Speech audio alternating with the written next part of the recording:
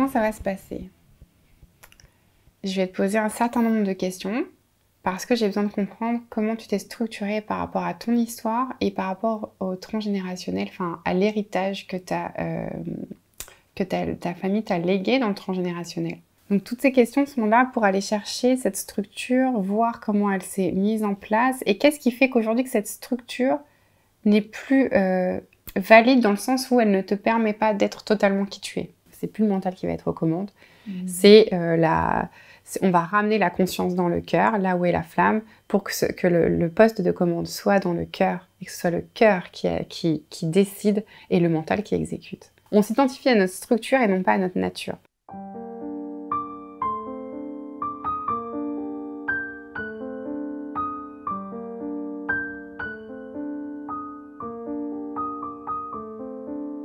Est-ce que tu le regardes dans les yeux?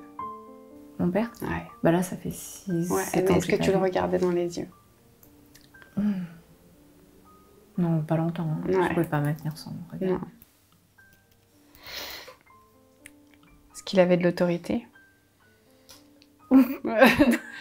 Bah, disons que on était terrorisés. Ouais.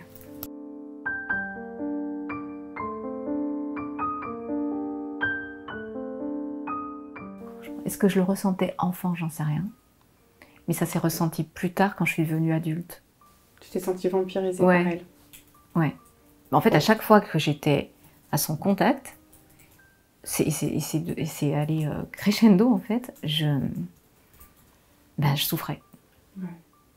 Mais sans pouvoir me l'expliquer, donc pendant longtemps, je me suis dit que c'était moi qui était une mauvaise fille, quoi. Et toi, qu'est-ce que tu sens? Tu t'es sentie désirée dans l'énergie?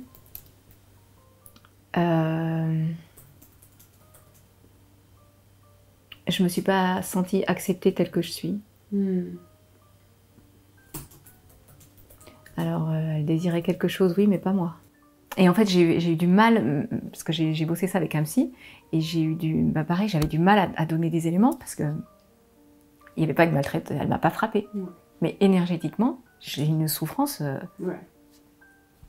énorme.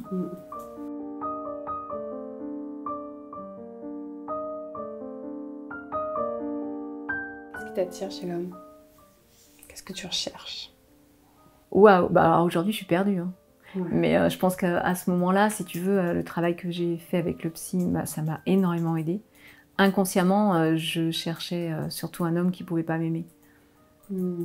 Donc, c'était mal barré, quoi. Et donc là, j'arrive au bout du truc, quoi. Et du coup, oui. Je voudrais revenir sur comment ça se fait que tu as eu des orgasmes après la naissance d'Aurélien? Le hasard. En fait, j'ai rencontré Nathalie par hasard, un soir, sur une plage au bord de la mer. Nos enfants ont joué ensemble, et nous, on s'est regardés. Une connexion instantanée. Elle, thérapeute, moi, réalisatrice, l'idée est née comme une évidence. J'allais faire ce chemin libérateur avec elle et mettre ce travail en lumière.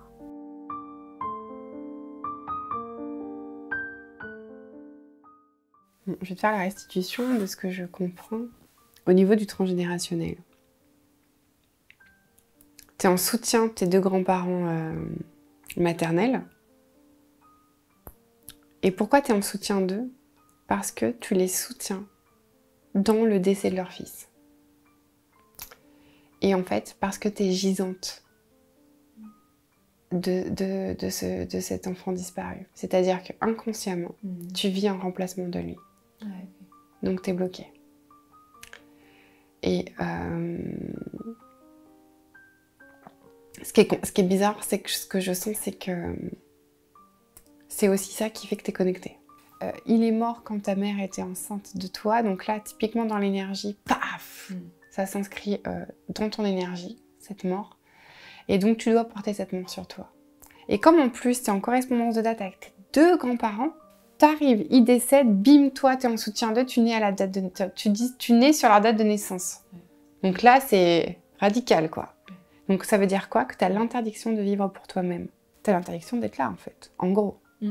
Avant même que ça se manifeste avec tes parents. T'as pas le droit d'exister, t'as pas le droit de désirer. T'as pas le droit de jouir de la vie. T'as pas le droit d'être, toi, vraiment cette notion de désir, mais pas juste de désir sexuel. C'est un désir de vivre. T'as pas le droit de connecter ce désir de vivre. Tu grandis dans un espace de morbidité totale. On peut dire ça, oui. Vu la puissance que tu as utilisée pour contenir tout ça, toute cette connexion que tu as, et tout est canalisé, quoi. Tu vois? Genre pour pas gêner, pour pas faire le moindre remous. Donc quand ça va lâcher, c'est pour ça qu'on va lâcher doucement. Et ça pourrait te faire mal. Ouais.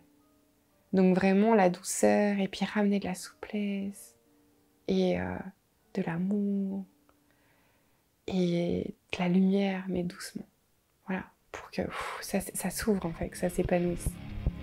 Mais ouais, c'est ça.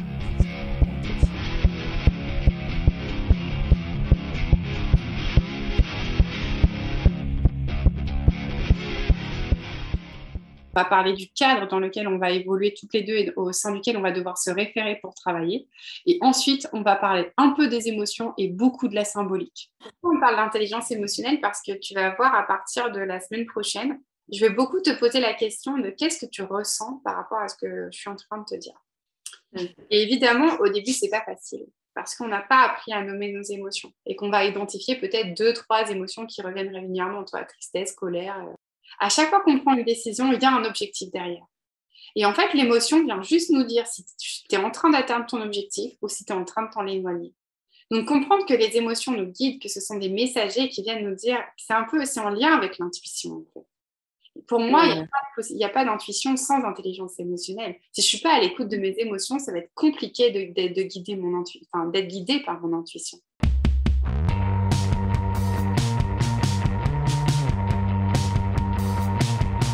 En fait, ce qui nous fait souffrir, c'est parce que le mental s'identifie à l'émotion. Quand tu ressens une émotion, le mental, c'est comme s'il avait besoin de dire il a son mot à dire. C'est comme s'il devait donner son aval, c'est-à-dire, tu as le droit de ressentir ça parce que de nana. Ou tu n'as pas le droit parce qu'il n'y a aucune raison. Que tu les exprimes trop ou que tu les étouffes. Oui, que tu les réprimes trop. Ouais. Tu dois trouver l'assertivité, l'équilibre entre les deux. Oui, parce que quelque part, dans les deux situations, tu n'en tiens pas compte. Enfin, je veux dire, tu vois, quand tu me décris, toi, l'émotion, elle arrive, elle traverse, mais limite, toi, tu l'es juste passé. Et moi, j'avais le réflexe inverse. Une émotion, je ne l'exprime pas et surtout, il ne faut pas qu'on la voie. Donc, c'est pareil, c'est deux manières de ne pas en tenir compte. Quoi. C'est ça. C'est une manière de les nier.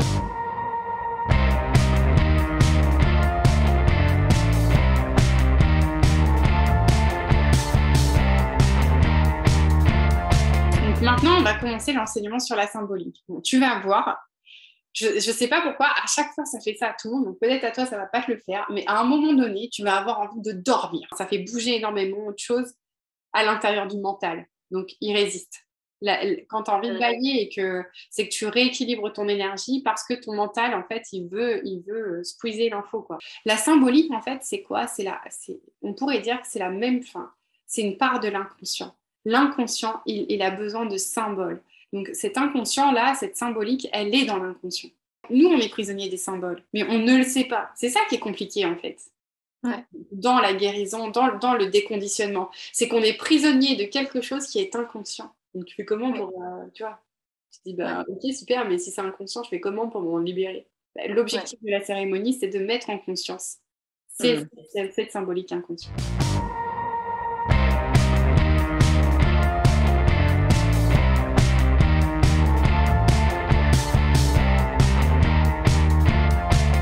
Alors déjà, c'est impressionnant comment j'ai envie de bailler et comment ça m'assomme. Et la deuxième chose, c'est que en fait, ce qui est en train d'être conscientisé là, c'est des programmes. Ça, j'ai besoin que tu prennes conscience du pouvoir des symboles. Vraiment que tu intègres que la symbolique est tout, la réalité n'est rien. Et en fait, on projette nos mensonges devant nous et la réalité qui se trouve là nous renvoie un écho que notre mental analyse en retour comme la signature symbolique de notre réalité. Donc, cette phrase, il faut la répéter, c'est même moi. En fait, ça veut dire quoi? Si le symbole renvoie le mensonge est vrai, j'accepte la réalité. Si le symbole renvoie le mensonge ne tient plus, je suis obligée de repeindre la réalité pour la rendre menaçante. Et puis, je me sabote. C'est ce qu'on fait tous.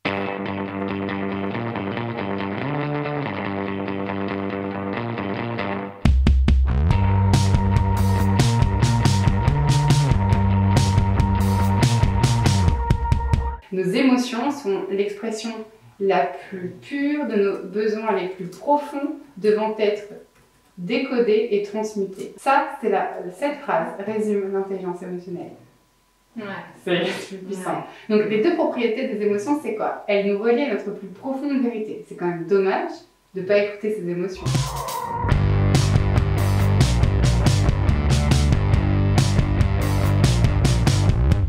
Les émotions, elles sont pas dans notre cœur, elles sont reliées à notre corps, mais elles sont dans notre corps émotionnel. Et donc l'émotion, elle, sa vibration du corps énergétique émotionnel, il vient activer l'hypothalamus. Et l'hypothalamus, c'est le centre hormonal en fait du cerveau. Donc, c'est pour ça que les émotions ont besoin d'être transmutées.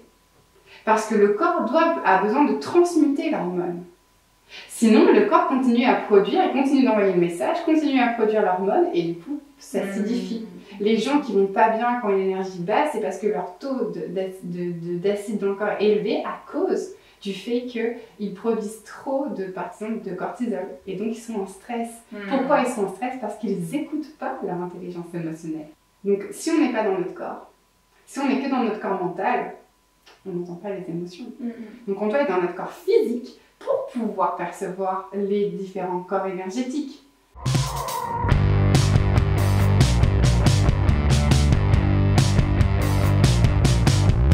Pourquoi c'est intéressant de comprendre que quand on est dans une émotion positive, on est dans l'amour, et quand on est dans une émotion négative, on est dans la peur? Déjà, c'est d'identifier ce qui est en train de se passer. Ok, là, je suis en colère, j'ai peur. De quoi j'ai peur? Quelle est la peur? Et ensuite, c'est quand quelqu'un se met en colère contre toi. Tu te dis, mais pourquoi moi, je vais avoir peur de quelqu'un qui a peur? Là, tu vas voir, à chaque émotion que tu vas ressentir dans le cadre de nos accompagnements, je vais te donner une définition pour chaque émotion. Et tu verras, la définition de l'émotion te dira ce que tu dois faire. J'avais besoin de ça. Ça fait des reconnexions. Ça remet des choses en place. Ça remet ta nature au centre, en fait. Ton corps est là, cette intelligence, depuis toujours. C'est juste. Et c'est vrai que ça remet même le corps à sa place. C'est vraiment l'outil. Enfin, du coup, je le vois plus comme un vecteur. Et c'est un véhicule vecteur, quoi, qui nous guide en fait. Et la guidance, elle vient du corps. Notre âme, elle a besoin de ce corps pour être guidée sur cette terre. Donc, c'est super space, ce que je ressens. Tu ressens quoi? Du coup, justement, chaque chose reprend sa place et du coup, mon âme, elle respire là. Tu te remets dans ton rêve. Parce que, en fait, si tu veux, je pense qu'il y a un moment où limite tu t'identifies à ton corps. Et là, je suis en train de voir, chacun reprend sa place, mais le corps aussi. Et tu ressens du soulagement, Ouais. Mais je sens, il y a quelque chose qui est hyper posé dans l'énergie. Du coup, on fait comme ça, juste 3 phrases.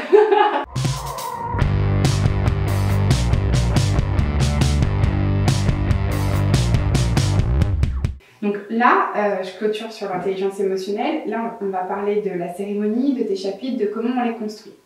Donc les chapitres, moi je les prépare à l'avance. Parce que du coup, peut-être qu'à un moment donné, tu vas voir, il y en a certains qu'on va écrire ensemble, en live, parce que je sais pas, parfois je sens, ça me dit, non, t'écoutes pas. Parfois, j'arrive pas à écrire un chapitre parce que tu dois être là, en fait. Voilà. C'est comme ça. Moi, je laisse faire. Mais notamment, les premiers chapitres, j'ai besoin de les écrire moi seule, parce que c'est avec le transgénérationnel, et du coup, là, on tape quelque chose de très inconscient. Par contre, quand on avance un peu plus, parce que c'est chronologique, on part de avant ta naissance jusqu'à ton âge adulte, plus on avance dans l'âge adulte, plus l'âge te fait participer en fait à l'écriture des chapitres, parce qu'il y a des informations qui vont me manquer et tout ça, et du coup toi ça te permet de t'approprier aussi ton texte. Avant de te lire, je vais juste faire une petite précision. Là, on part d'un fait qui appartient à la lignée de ton père. Dans le transgénérationnel, l'inceste est présent dans les deux lignées, parce que c'est les seuls fantômes transgénérationnels qui se mettent en commun dans le couple. S'il y a de l'inceste d'un côté, il y a de l'inceste de l'autre. S'il n'y a pas d'inceste, il n'y a pas d'inceste dans les deux lignées. Ce qui est très rare. Donc du coup là, on y va en mode Karcher. On va nettoyer aussi dans la lignée de ta mère On ne sait pas ce qu'on nettoie, mais on sait que ça nettoie. Okay. C'est la seule chose. Toi, comment je sais que c'est dans la lignée et je sais à peu près ce qu'on nettoie? Parce que tu manifestes des choses dans ton corps, dans ta façon d'être, dans ta façon d'être au monde. Tu manifestes comment dire, des indices de la présence de ce fantôme transgénérationnel.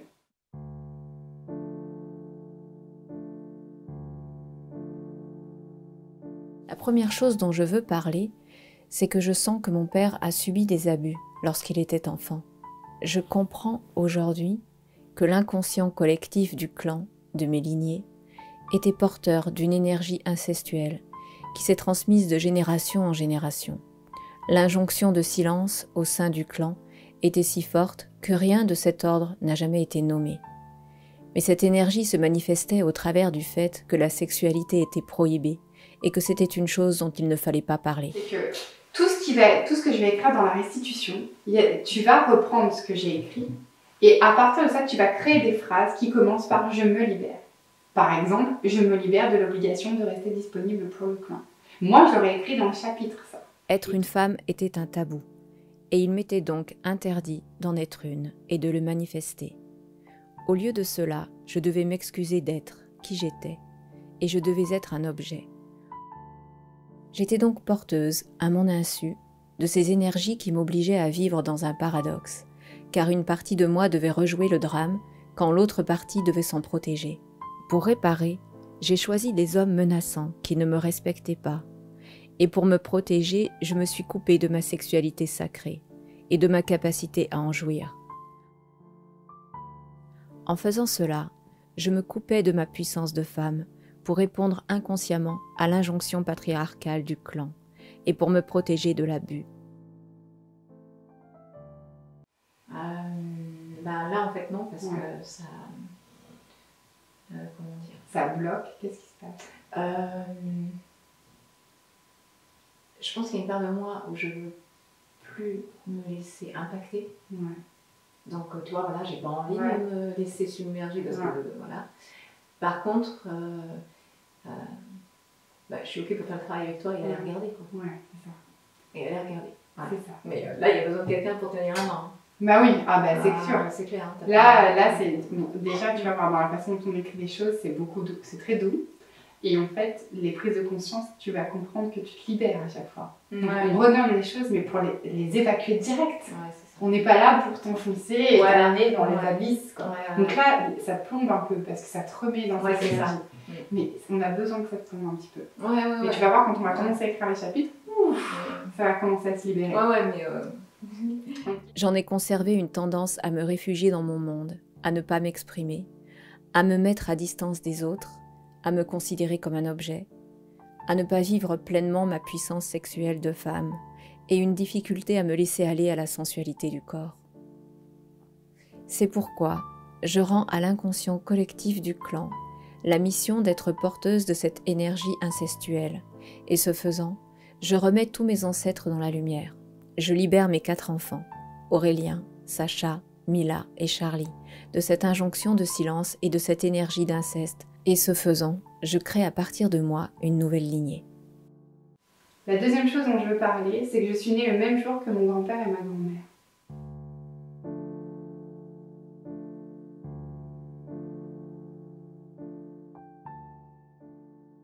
Ma mère a perdu un frère lorsqu'elle était enceinte de moi. Je comprends aujourd'hui que l'inconscient collectif du clan m'imposa la mission de soutenir mes grands-parents dans la réparation du deuil de leur fils et des drames ancestraux survenus au sein de la lignée, faisant de moi la victime sacrificielle du clan. Je devais sacrifier une grande partie de mon énergie pour réaliser ma mission. Et pour cela, j'avais l'obligation de rester disponible pour le clan. Énergétiquement.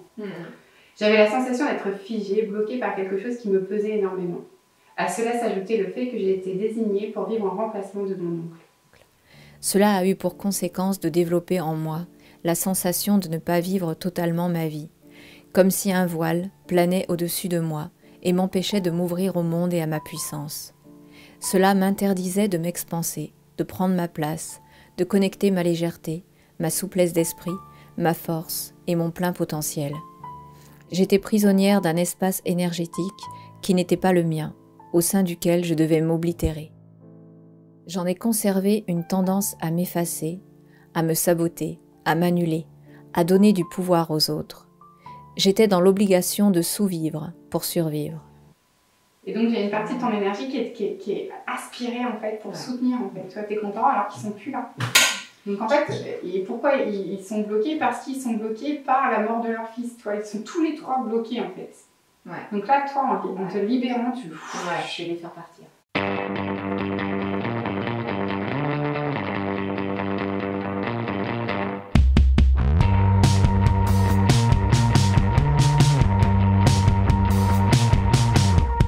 Donc là, on va parler des énergies de la mère enceinte. Et donc, on va reparler en fait du deuil que ta mère a subi pendant que tu étais dans son ventre. Ouais, j'ai mis de l'incompréhension et en fait, il y a le mot oppression qui me vient. Genre, c'est oppressant, là, ce truc de ne pas parler. Tu vois, c'est lourd en fait. C'est genre, tout le monde se tait, genre, tout le monde arrête de respirer. C'est ça que je vois dans l'énergie, tu vois, comme si en fait, il y avait une sorte de culpabilité d'être en vie. Ah putain, ok, je pense que tu portes ça aussi. Tu vois, genre, lui, il est mort, toi, t'es né. Ouais. Et... Ah, ouais. Oui, il y a vraiment cette interdiction de vivre, je le sens. Ouais, de l'oppression et de la culpabilité. C'est bon, on les a toutes là.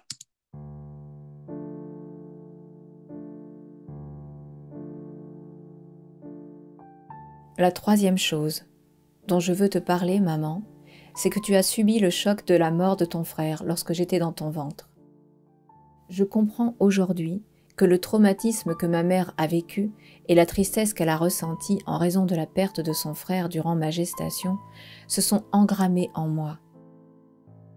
Comme elle était dans son deuil et dans le déni, elle était en quelque sorte tournée vers la mort, et j'ai donc inscrit cette énergie de morbidité à l'intérieur de moi, comme un fardeau qu'il me fallait porter et qui m'accompagnait tout au long de ma vie.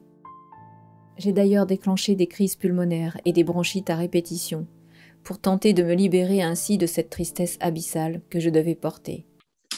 Et la culpabilité, je mets à mal une de mes valeurs fondamentales et j'ai la sensation de commettre l'irréparable. Ok. Ouais, c'est fort là. Ouais, ça c'est le bouquin d'André, c'est ça? Ouais, mais je te l'enverrai, hein, la liste des émotions à la fin de l'accompagnement. On ne l'envoie pas avant parce que c'est bien d'écrire. Ouais, non, mais c'est ça, j'adore découvrir. Non, j'adore comme ça. Le silence de ma mère vis-à-vis de ce drame a d'ailleurs aggravé ce poids. Cela a créé en moi l'interdiction de m'ancrer totalement, de prendre ma place. J'en ai gardé une tendance à m'effacer, à m'excuser d'être là, à m'interdire de demander de l'aide, à me sous-estimer et l'interdiction d'être heureuse. Tu vois, dans l'énergie, tu as ce truc de genre tu t'effaces. Ouais. Tu t'excuses d'être là, en fait, c'est la culpabilité, tu vois. Et puis comme une interdiction non plus une interdiction d'être heureuse, quoi. Tu vois? Ouais. Ah, bah attends, ça, on va le rajouter.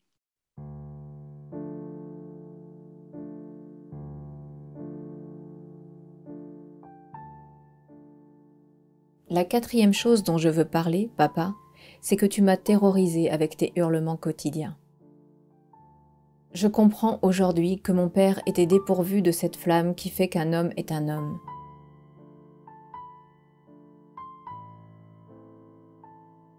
S'il pouvait faire illusion en société, cela lui était impossible lorsqu'il était convoqué en tant que père ou en tant que mari. Pour éviter d'être démasqué, il utilisait la violence et la tyrannie. En fait, il y a un endroit où ils peuvent pas faire semblant. C'est le foyer, la famille. Devant la femme et les enfants, l'homme vide, il peut pas faire semblant.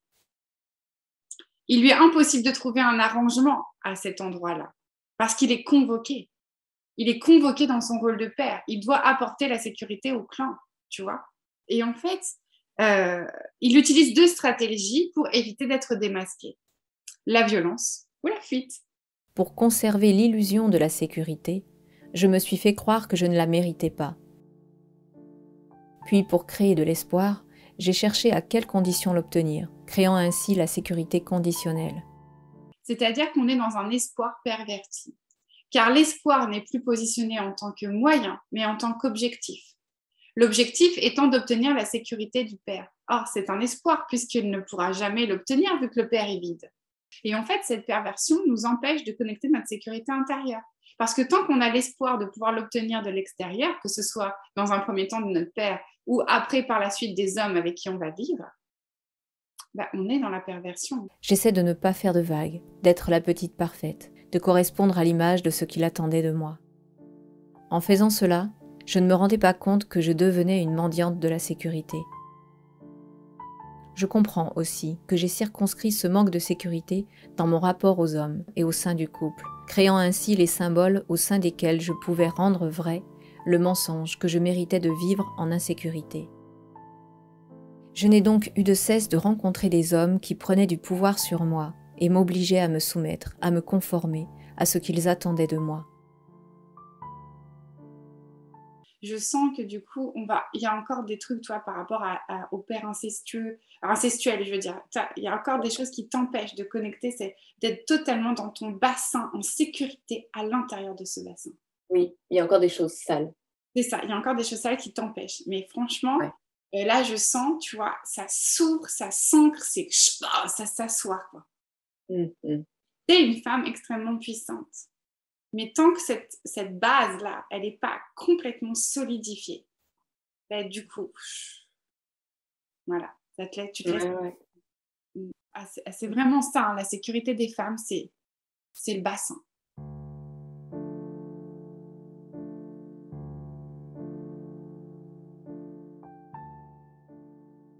La 5e chose dont je veux parler, c'est que tu ne m'as jamais serré dans tes bras. Je comprends aujourd'hui que ma mère, n'ayant pas elle-même reçu d'amour, était incapable de m'en prodiguer. Pour créer l'espoir, j'ai cherché à quelles conditions obtenir cet amour, tout en justifiant le comportement de ma mère.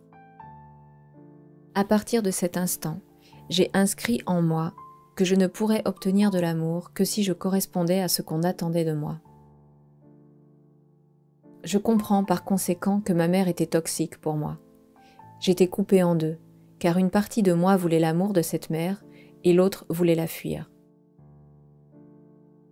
Et donc, comme pour la sécurité du père, l'enfant, il se crée l'amour conditionnel. C'est pas maman qui m'aime pas, c'est moi qui mérite de pas être aimée. Et du coup, qu'est-ce que je peux faire pour que maman m'aime?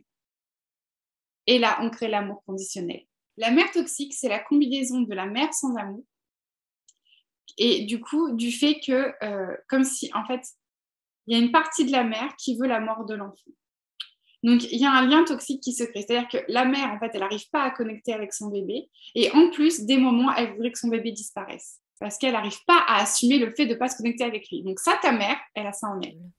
C'était terrible, car la partie qui était attirée pour recevoir son amour savait qu'il serait empoisonné. Et la partie qui voulait fuir culpabilisait. Pour résoudre ce paradoxe en moi, j'ai déclenché un processus d'anorexie.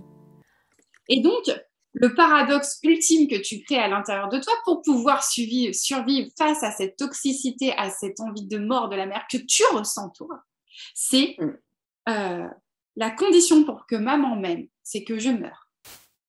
Et donc, qu'est-ce que tu vas déclencher? L'anorexie. En tout cas, ce qui est cool, c'est que ça pose des mots, encore une fois, sur ce que je sentais. Ouais.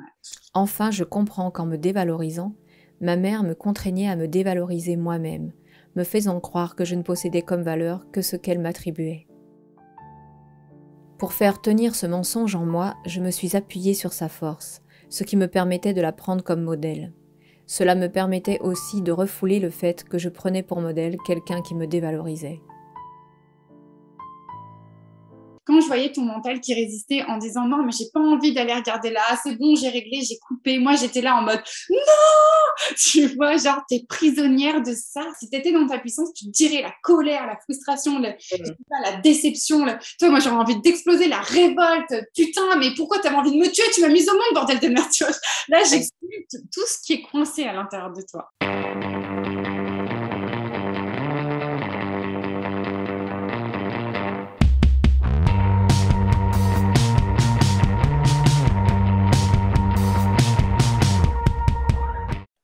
C'est ça. En fait, comment le syndrome de perfection, il apparaît, c'est en lien avec la dévalorisation. Comme tu es tout le temps dévalorisé, tu vois, tu étais tout le temps dévalorisé par ton père, enfin, toi, il n'y avait jamais... et ta mère, c'était pareil, c'était tout le temps négatif, en fait, les retours. Ben, en fait, pour essayer de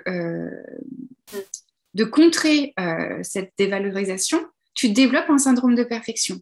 Parce que tu crées le mensonge que si tu es parfaite, bah, du coup, tu ne seras pas dévalorisée, tu vois. Genre, mais ça ne marche pas parce qu'en fait, c'est comme se créer une illusion, tu vois, parce que la perfection n'existe pas. Donc, ça fout une pression d'enfer et ça nous amène à nous saboter dans notre vie d'adulte.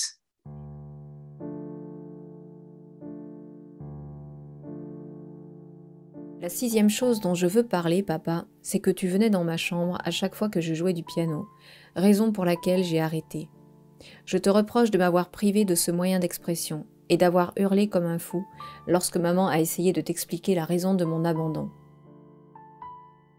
Je comprends aujourd'hui que mon père exerçait sur moi une véritable tyrannie.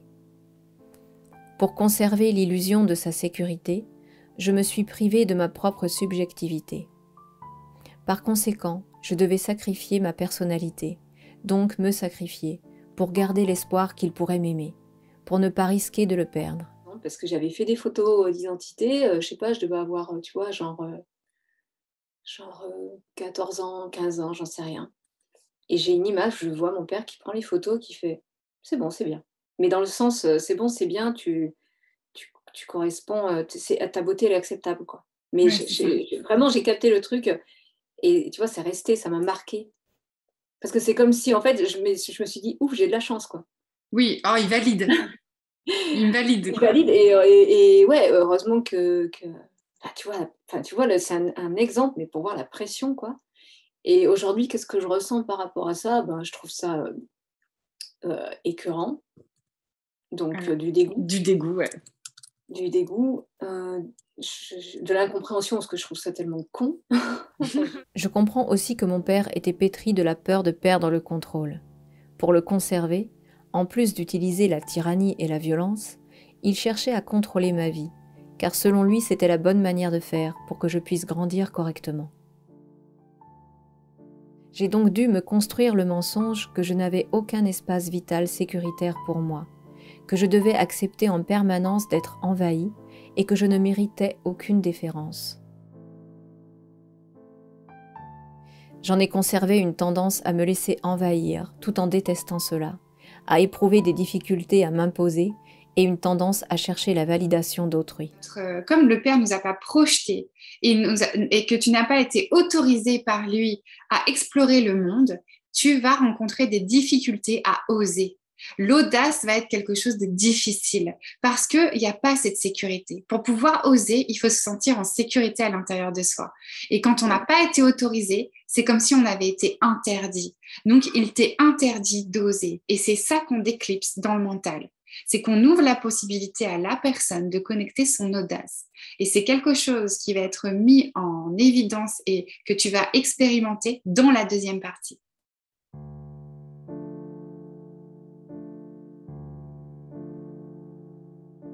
La 7e chose dont je veux parler, maman, c'est que tu m'avais fait passer pour la méchante, celle qui avait le caractère le plus difficile, alors que j'étais celle qui était la plus attentive à tes besoins. Je comprends aujourd'hui que ma mère vivait prisonnière d'une profonde morbidité, au sein de laquelle elle n'avait aucune identité, ce qui la plongeait dans un état dépressif latent. Par conséquent, elle était dans l'incapacité de s'affirmer, que ce soit en tant que femme ou en tant que mère, et devenait la complice de mon père. En faisant cela, elle me privait totalement de son amour. En se niant elle-même et en s'affiliant à mon père, elle m'abandonnait littéralement. Cet abandon a créé un gouffre béant à l'intérieur de moi. Mon mental me retenait en permanence au bord du précipice, comme si je contemplais ma propre mort. Ouais. Et donc, il faut guérir cette fuite. Alors, ce que je sens, c'est qu'il y a une fuite émotionnelle. Donc, il faut les regarder, ces émotions, cette fuite-là, lâcher peut-être, que ça s'écoule, pour que le feu puisse reprendre. Ouais. Tu vois, Ouais, parce qu'en fait, c'est comme si j'éteignais mon feu en permanence, quoi. c'est ça fuit, c'est les émotions qui éteignent ton feu, en fait. Mais là, ce que tu dis, c'est marrant parce que même le mec qui m'a écrit le message et qui me fait c'est pour ça que ça pue. Mais Il c'est m'a dit, ça. ça pue. Du coup, tu sais, Ça je fais, ah ouais, stagne, ouais. il y a de l'eau qui stagne, tu vois. Et en fait, Ouais. tu peux le remercier, ce maniaque-là, parce qu'il a mis en lumière quelque chose qui est en train de se passer dans ton énergie. J'étais donc confrontée avec ma mère à deux peurs fondamentales. Tout d'abord, comme elle était vide d'amour, elle ne pouvait m'en donner. Je me suis accusée de cela et je me suis fait croire que j'en recevrais si j'arrivais à lui en donner suffisamment. Tu vois, c'est la mère Ouais. qui enseigne le désir. Pas le désir sexuel, bien sûr, hein. Le désir de vivre, en fait. Par ailleurs, j'étais menacée par sa pathologie, car je devais donner de l'amour pour essayer de combler un puits sans fond. Il me fallait quand même le faire, et tout à la fois, me tenir à distance de sa folie. Pour cela, je n'avais que le refoulement à ma disposition. Mais en mettant hors de portée la conscience de sa pathologie, je perdais ma lucidité, ma capacité d'appréhender la réalité.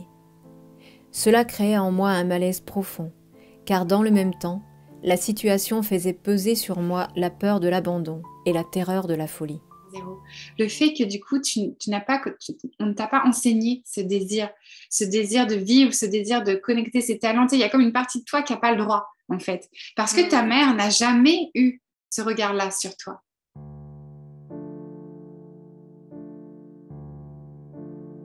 La 8e chose dont je veux parler, papa, c'est que tu as dit, alors que je revenais de la plage en maillot de bain, « Oh, toi, si j'avais quelques années de moins !»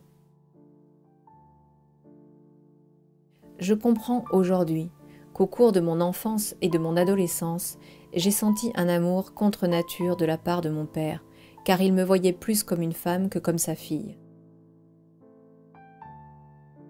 Pour me protéger de cette folie, j'en ai refoulé la conscience, puis pour conserver un système d'alerte intérieure, tout en préservant l'image de mon père, je me suis fait croire que les hommes étaient dangereux. De cette manière, mon père était dangereux parce qu'il était un homme, et non parce qu'il était mon père. Tu avais déjà tiré un trait sur ça, il n'y avait pas trop de mensonges par rapport à ça. Tu étais au clair avec le fait qu'il n'allait pas t'accompagner, quoi. Bah, ah oui, ah ouais, Voilà, complètement. c'est Bah ça. ouais, parce qu'en fait, moi, j'ai l'impression qu'à leur côté, j'étais dans la survie. Oui. Je comprends également qu'à travers ce désir contre nature, mon père manifestait le besoin maladif de vouloir me détruire. J'étais donc sans cesse tiraillée entre la pulsion de sauver ma vie et l'injonction de lui rester inféodée et d'accepter de n'être qu'un objet à détruire. Oui, c'est Tiens, ça. déjà, tu vois, déjà ouais, c'est vrai que bah, là, le travail qu'on fait ensemble, ça me permet de mieux comprendre, mais mon état émotionnel dans mon enfance, j'ai l'impression d'avoir, comment dire, d'avoir dû me ménager un espace de sécurité, enfin, tu vois, d'avoir une sorte de vigilance constante, quoi. Ouais. C'est pas du tout mes parents qui me sécurisaient. Bah Pour ouais. m'en sortir, je me suis mise en position de victime jusqu'au moment où j'ai pu sortir de sa juridiction. J'en ai conservé un rapport ambigu avec la sexualité et j'ai choisi par la suite des hommes symboliquement menaçants par leur violence et leur dévalorisation, qui me traitaient comme un objet, étant persuadée moi-même que je ne valais pas plus que cela.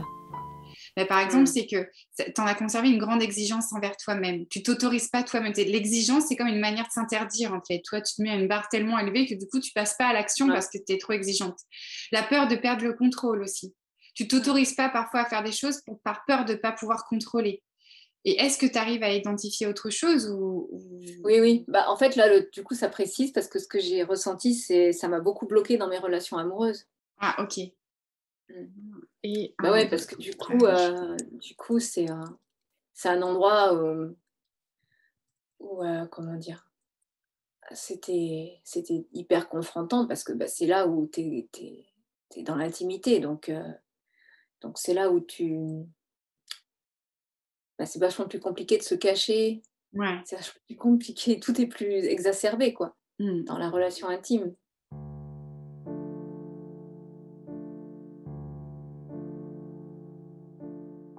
La 9e chose dont je veux parler, papa, c'est que tu as un ego démesuré et que tu m'as considéré comme un faire-valoir. Je comprends aujourd'hui que mon père était incapable d'être. il ramenait toute notre relation au faire et au savoir, se tenant ainsi à distance de sa propre anxiété et morbidité. Comme en plus, il était intransigeant et coupé de sa vraie nature et de la réalité, il m'interdisait toute autre possibilité que la perfection. Pour conserver l'illusion d'obtenir sa sécurité, j'ai été contrainte de me faire croire que si je n'étais pas parfaite, j'étais nulle, je ne valais rien et que de ce fait, il m'était interdit d'exister pour moi-même. Donc forcément, ça t'oblige à être dans le syndrome de perfection. T'es le faire-valoir de ton père. Donc si t'es pas parfaite, tu vas le décevoir. Si tu le déçois, tu perds sa sécurité. J'en ai conservé la tendance à être perfectionniste à outrance, à me déconsidérer dès que j'avais la sensation d'avoir quelque peu raté. Mon juge intérieur était un tel tyran qu'il m'obligeait à me flageller en permanence, me forçant à repeindre la réalité et à me dévaloriser, autorisant de ce fait les autres à le faire aussi. Qu'est-ce que tu ressens quand elle monte, tu sais, quand ça monte ce besoin de perfection, que tu sais, le stress là, c'est à quoi? C'est une angoisse? C'est de la panique. Ouais, de la panique, voilà. Ouais. Ouais. Ah ouais, là, c'est une question de survie, en fait. C'est ça, mais oui. Si je suis pas parfaite, je meurs, quoi. Tu vois, Et ouais, du coup, c'était ambivalent, le sentiment, parce que à la fois, ce besoin de bien faire, de parfaire, c'était tellement souffrant que du coup, quand j'y arrivais, bah, ça m'enfermait dans ce système. Enfin, mais oui. Toi, quand j'arrivais et que j'avais des compliments, ça me rendait pas forcément heureuse, parce que du coup... ça remettait la barre toujours aussi haut. Bah, ça entretenait le système. Ouais, c'est ça. Parce que je pouvais y arriver de temps en temps, à avoir des compliments, tu vois.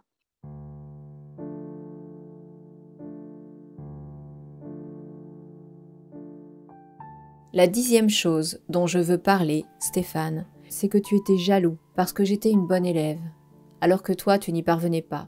Non, mais c'est vrai, parce que je pense que, oui, je pense que c'était le nœud du truc, parce qu'en fait, c'est pour ça que j'avais la reconnaissance de mon père, et lui, vu que c'était un cancre, bon, il se faisait défoncer par mon père à chaque bulletin, le truc classique, tu vois. C'est ça. Ouais, c'est ça. Parce qu'il était pas du tout bête, mais il n'avait pas envie de travailler, quoi. Je comprends aujourd'hui que mon frère cherchait à détruire celle qui lui volait sa place. Comme j'étais une petite fille très intelligente et vive d'esprit, j'étais comme une pierre dans son jardin, puisqu'à ses yeux, je symbolisais la vie.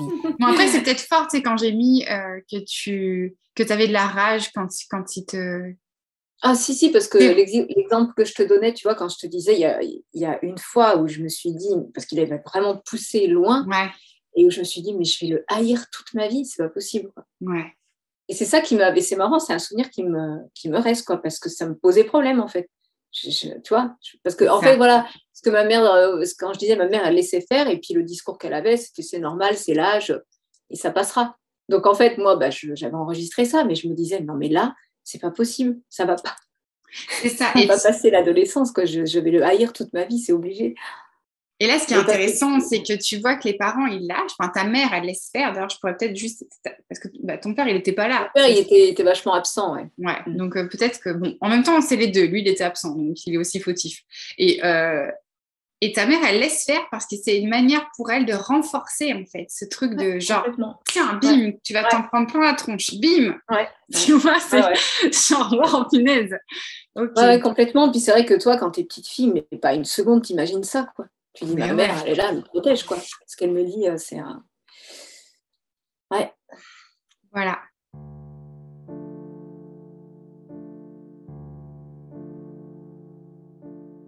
La 11e chose dont je veux parler, papa, c'est que tu ne m'as rien appris.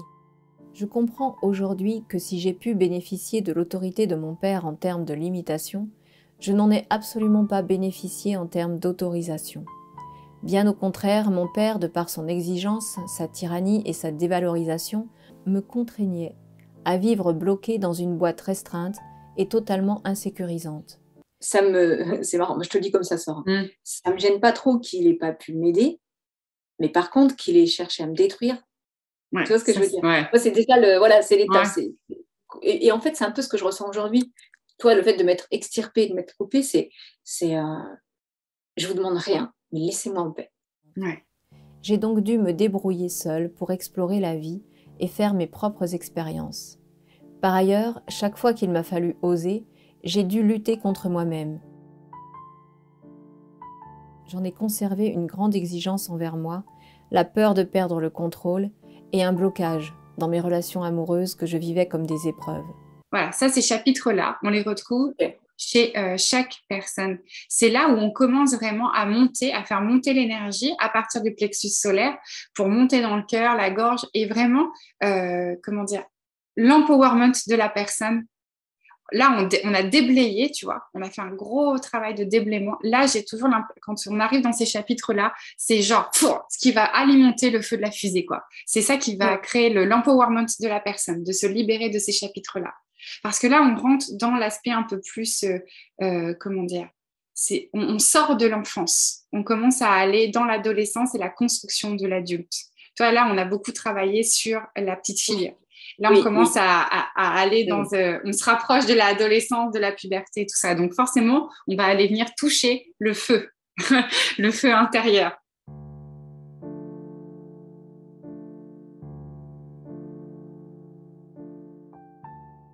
La 12e chose dont je veux parler, maman, c'est que tu étais beaucoup plus mère que femme. Tu ne prenais pas soin de toi et tu dénigrais les femmes sophistiquées. Je comprends aujourd'hui que ma mère m'a offert un modèle de féminité basé sur la folie, la souffrance, la fermeture, le vide, la rigidité, la soumission, le manque d'affirmation de soi, le manque d'estime de soi, la dépression, le manque de responsabilité. Ouais. Est-ce que tu vois autre chose? Ouais, c'est pas mal. Déjà, ça déboîte un peu, tu sais. C'est pas mal, ouais. C'est pas mal. Est-ce qu'il y a un aspect que j'ai pas, toi, en termes de communication, est-ce qu'elle communiquait avec toi? Bah, le problème, c'est que vu toute l'ambiguïté qu'il y avait dans la relation qu'on avait, moi, en fait, là, ce que ça m'a fait quand tu m'as dit ça, je fais oui, mais ça partait. On ne pouvait pas avoir des discussions saines avec tout ce qu'elle nourrissait envers moi, quoi. Ouais, c'est ça. Pour conserver l'illusion de son amour, j'ai repris ce modèle à mon compte, jusqu'à la puberté. En faisant cela, j'ai inscrit la vie, et plus particulièrement la féminité, dans le registre de la morbidité. Ouais. Après, moi, dans la matière, je suis encore dans le mode survie, donc j'ai encore ce truc de viens pas... tu vois, en fait, quand tu dis ça, oui, ça m'agresse. Moi, dans la matière, quand tu me dis... alors, le pardon, c'est encore autre chose, mais aimer ma mère...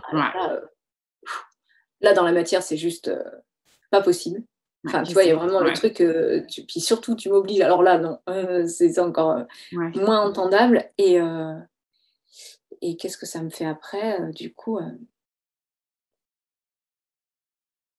Oui, mais je vois que l'étape d'après, c'est...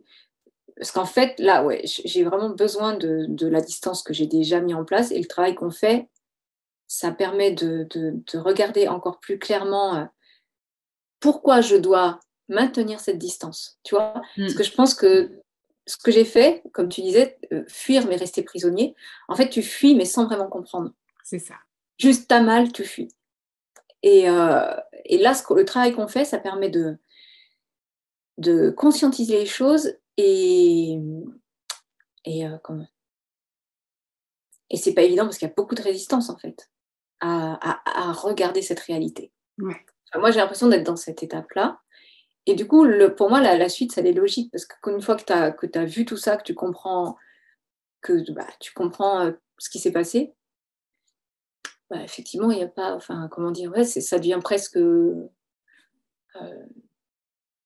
c'est marrant parce qu'à un certain niveau, oui, ça te libère, du coup, il n'y a plus d'enjeu émotionnel, quoi. Enfin, il y a plus de...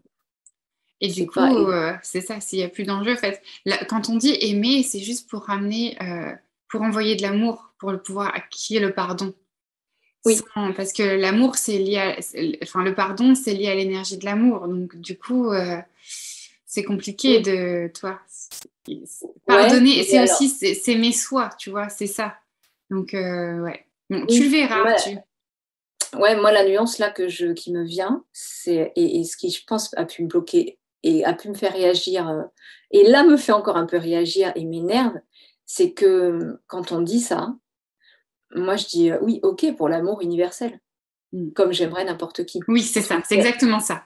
Mais personne ne va m'obliger à relationner avec ma mère. Non, c'est ça. Mais en fait, c'est ramener cet équilibre de... En fait, c'est pour libérer le lien.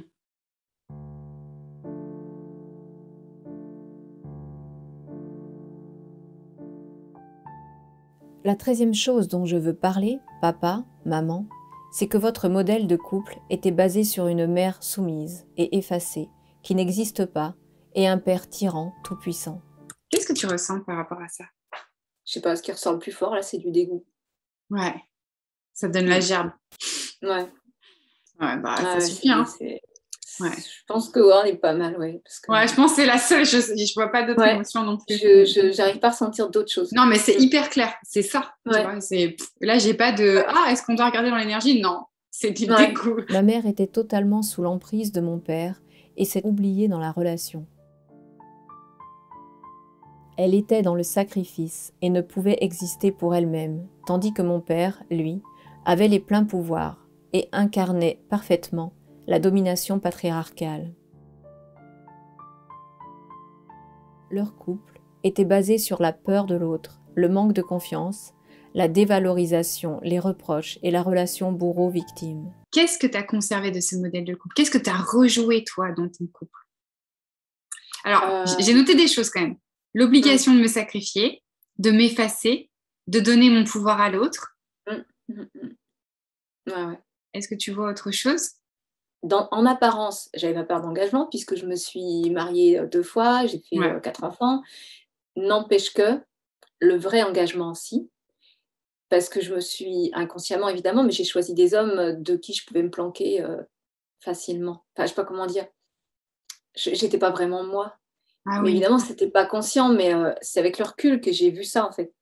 Enfin, c'est en rencontrant Romain que j'ai pu faire la différence aussi. Ok. J'étais pas vraiment là, donc en fait, t'es pas vraiment engagée.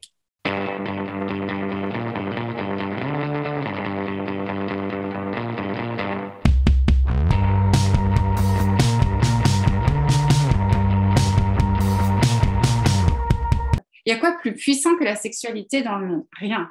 La sexualité est la création de tout, c'est l'origine. Donc du coup, le complexe d'Oedipe, il ramène ça. L'enfant se dit, ok, à travers la sexualité, je peux reconnecter la partie manquante de mon âme, je peux reconnecter ma puissance. Du coup, en faisant le deuil de détourner son désir du sexe du parent opposé, l'enfant fait aussi le deuil de sa puissance. Alors, c'est plutôt une bonne chose de se couper du désir du parent du sexe opposé. C'est une autre chose moins cool que de se couper de la partie manquante de son âme.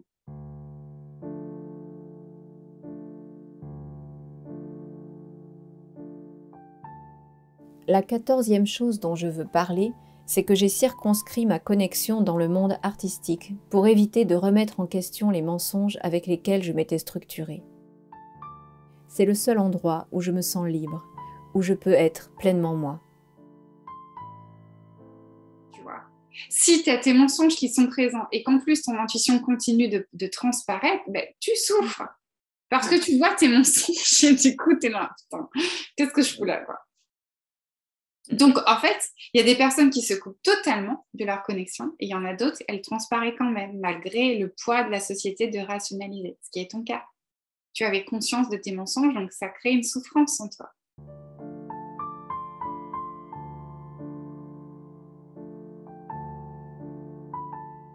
La 15e chose dont je veux parler, c'est qu'en commençant ce travail, je ressentais des blocages et que je cherchais à les mettre en lumière. Je comprends aujourd'hui que tous les mensonges évoqués précédemment m'interdisaient de vivre pour moi-même, de prendre ma place, de m'affirmer, d'avoir confiance en moi, de me respecter, de m'aimer, de me sentir en sécurité, de connecter ma puissance de femme et de me révéler telle que je suis. Tu sais, c'est comme si tu démissionnais, il y a comme une sorte de truc comme ça. Genre, je refuse de prendre ma place comme ça, je m'exclus du monde et ça donne l'opportunité à l'autre de prendre cette puissance que tu as. Ouais, je vois bien, puisque du coup, je laisse la place vide. C'est ça. Ouais. Donc ça, c'est voilà, un truc que tu vas libérer, tu n'as plus besoin de le faire parce que tu n'auras plus besoin de te protéger en fait. En fait, tu n'auras plus besoin de te... Parce que tu crois protéger des assauts du monde extérieur en faisant ça, mais c'est une illusion parce que ça tape quand même. Ouais. Et en plus de taper, tu n'as plus d'armes pour te défendre. Tu vois, tu donnes ton pouvoir aux autres.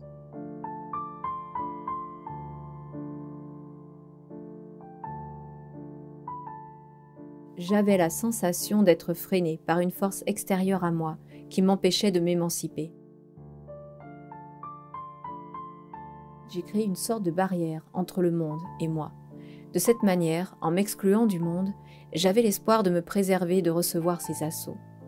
En faisant cela, je ne me rendais pas compte que je me privais moi-même de ma puissance et que je donnais l'opportunité aux autres de prendre du pouvoir sur moi. Tu affirmes parfois ta puissance dans ton positionnement par rapport à ce que tu penses juste et tout, et c'est puissant. Et d'un autre côté, juste après avoir fait ça, tu te remets en retrait et tu laisses la place aux autres. C'est assez fou, tu vois, parce qu'il y a cette peur de oh, putain, je suis dans ma puissance, attention, je vais faire des dégâts.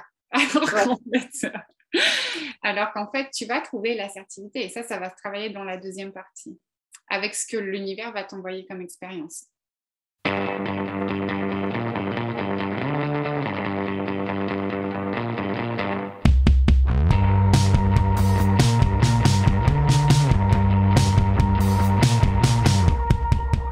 En fait, tu sais, là, on a fait ta résultante et la résultante, si on devait la résumer, c'est je ne suis rien, je n'ai droit à rien.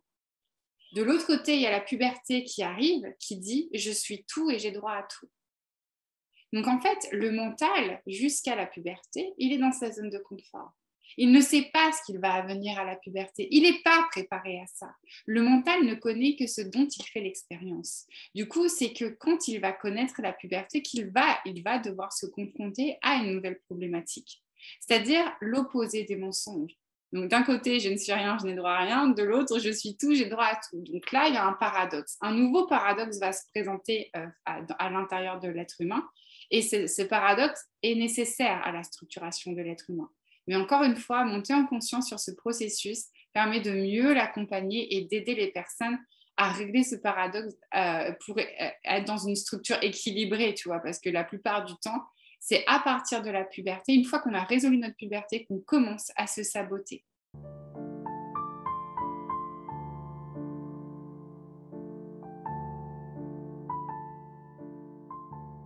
La 16e chose dont je veux parler, c'est qu'à l'adolescence, je suis devenue anorexique en raison d'une réflexion de mon frère qui m'a dit que j'avais des grosses fesses. Je comprends aujourd'hui qu'au moment de la puberté est montée en moi une force nouvelle, puissante et de nature sexuelle. Elle venait contredire les anciens mensonges. Pour résoudre ce nouveau paradoxe à l'intérieur de moi, j'ai passé un nouvel accord avec moi-même. D'accord pour accueillir cette nouvelle pulsion de vie, à condition de ne pas en récolter les fruits. D'accord pour désirer, à condition de ne jamais obtenir. Mon frère, de par son comportement, venait m'asséner le coup fatal qui me permettait de manifester que je n'avais pas le droit d'exister. Là, les mensonges, toi, ils étaient tellement forts que ça écrasait ta puissance de vie. Donc l'objectif de ce chapitre, c'est que tu la reconnectes. Donc ça va avec, c'est tout, c'est la sexualité, la puissance, l'énergie avec laquelle on a envie de faire les choses. Et aussi, ça va t'aider dans le positionnement, de l'ancrage. Voilà. Il y a un truc de cet ordre-là qui se passe à la puberté. Donc voilà, toi, tu l'as vécu plus. Voilà, les mensonges étaient énormes parce que ton mental, évidemment, est puissant. Plus le mental est puissant, plus le mental va écraser la pulsion de vie. Ce qui est bien, c'est que quand on la réveille, ça fait... Il n'y a plus rien. Moi, là, ce que je ressens quand tu dis ça, c'est que je sais qu'aujourd'hui, et c'est en mode paisible, hein, mais il n'y a plus rien qui va m'arrêter. C'est ça. Tu sais, comme si on avait coulé une dalle de béton, puis là, d'un seul coup, la dalle de béton, elle explose, quoi. C'est ça. Il n'y a plus rien qui va pouvoir écraser, en fait, cette volonté-là de manifester ta puissance.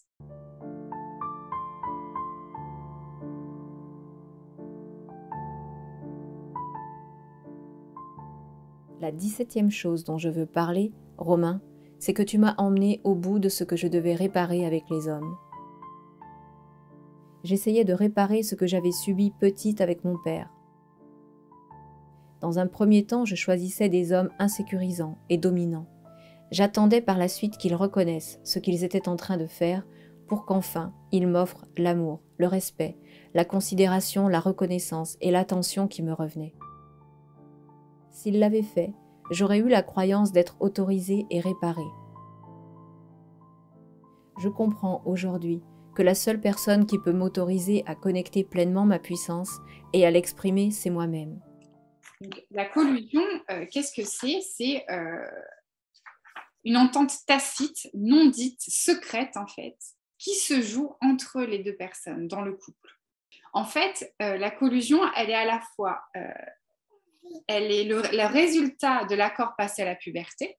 Donc toi, ton accord, c'est ce que je te disais, toi, je me détourne de la vie pour aller dans la destruction, dans la souffrance et tout ça, en gros inconsciemment.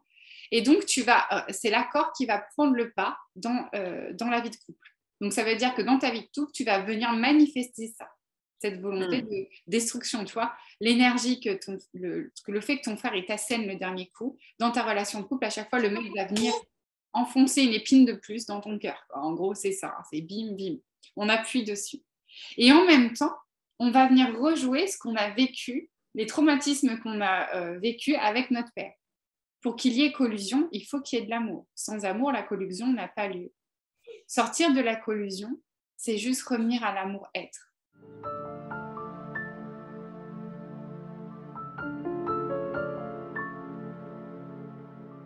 Nathalie réalise un travail chirurgical.